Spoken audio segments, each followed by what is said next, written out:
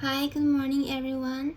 Today I'm presenting a topic that sits at the intersection of musicology and performance practice.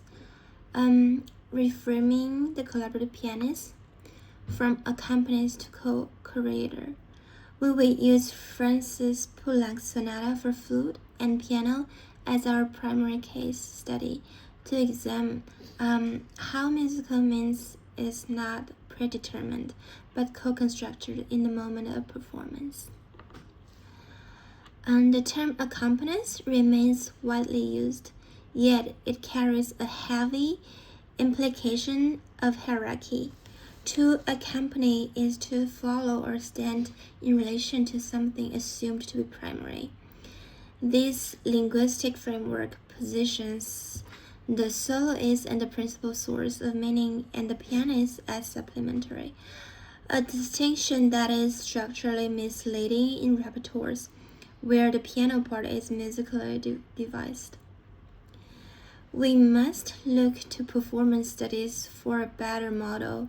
Nicholas Cook argues that music should be understood as an activity or a performance event rather than just a fixed text.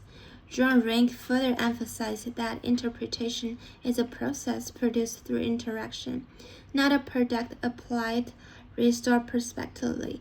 In this sense, the pianist's contribution is constitutive, not merely addictive. Let's look at example 1. The movement begins with the piano's 30-second notes. These notes are not just a pickup. They establish the acoustic frame, the degree of connection, the timing of harmonic arrival, and the use of pedal all influence how the listener hears the subsequent flute phrase. Poulenc's writing frequently invites temporal elastics. This cannot be assigned entirely to flutists. What the audience hears as expressive timing is actually distributed timing, a result of coordination between melodic gesture and a harmonic timing.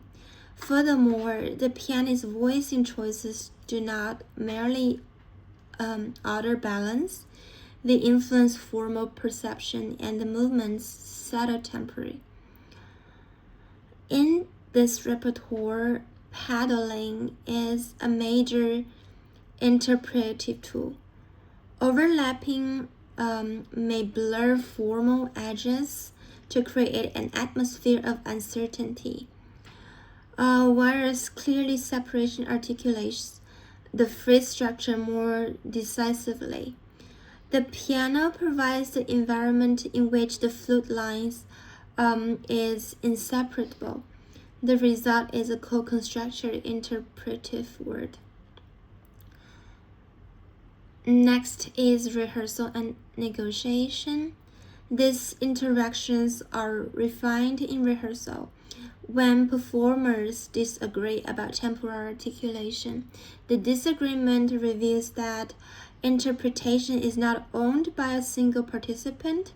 It must be negotiated through repetition, experimentation, and response adjustment. Leadership shifts in some passages, the flute guides in others. The piano determines the momentum through harmonic pacing. This shift challenges classical music's soloist-centered hierarchy. If collaboration is taught primarily as support, students fail to recognize their own interpretive role. We must train students to see listening not as passive reception, but as an active, anticipatory practice that reshapes their partner's intention. Ultimately, retaining the accompanist model obscures the realities of collaborative practice.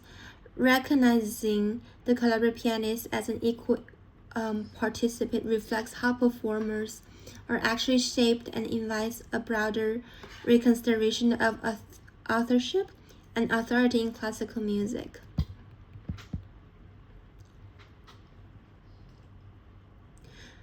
Poulenc's music often invites a degree rubato, at phrase beginnings and transition.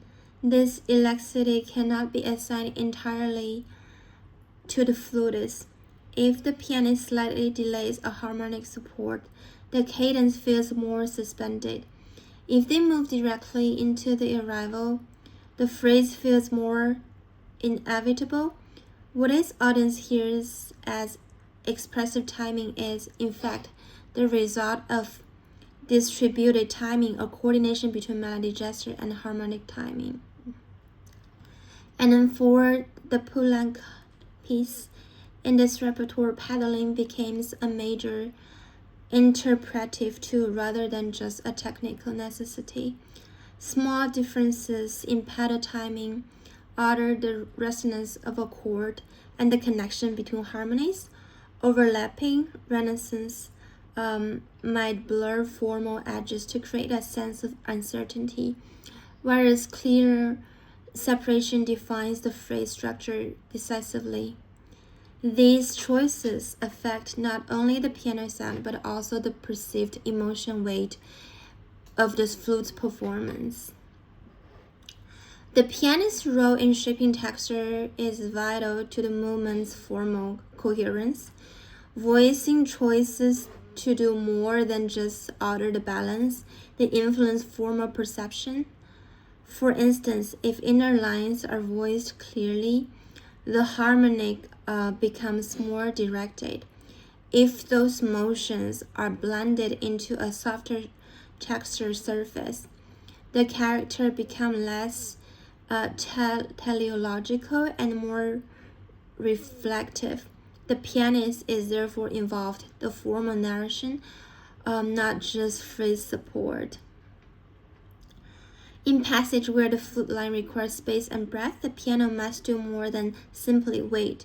The pianist must shape that space in a way that makes the breathing musically.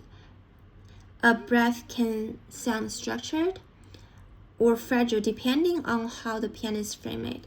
The mature dependence makes it impossible to assign expressive ownership to one performer alone. The collaborative nature of performance is more visible in rehearsal. While rehearsal is often described as working out an interpretation, the phrasing obscures the extent to which the interpretation is actually produced in that process. Decisions about tempo and pacing are rarely reducible to numbers. They're shaped through the weight of the pianist's articulation and the flute's breath. It is a process of trying, hearing, and adjusting where both contributes are integral to how the music structure is perceived. Collaborative performance complicates any simple distinction between leading and following. Leadership is not a permanent hierarchy. It shifts. In some passages, the melody instrument may guide timing through breath. In others, the piano may determine the pacing through harmonic timing or texture momentum.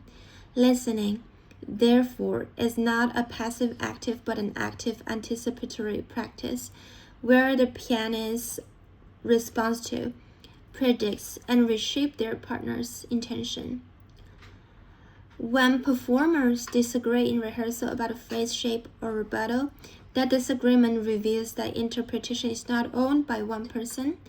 The final result often bears the trace of multiple conceptions rather than the imposition of a single one. This suggests that collaborative interpretation is distributed across performers whose contributes differ in function but not necessarily in artistic significance.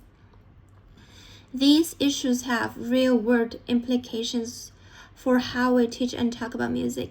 When we teach collaboration primarily as support, students may fail to recognize their own interpretive role. Professional discourse often emphasizes service, while overlooking the pianist's status as a music decision maker. Reframing the collaborative pianist as an equal participant allows for a more accurate and productive understanding of how ensembles actually function. In conclusion, the accompanist model is insufficient both practically and conceptually. It fails to account for the pianist's role in shaping timing, texture, and color. By recognizing performer as a form of distributed authorship, we acknowledged that meaning is co-constructed. Retaining the old model obscures the reality of collaborative practice. Embracing the roles of co-creator reflects the true artistry and labor of the collaborative pianist. Thank you for your time.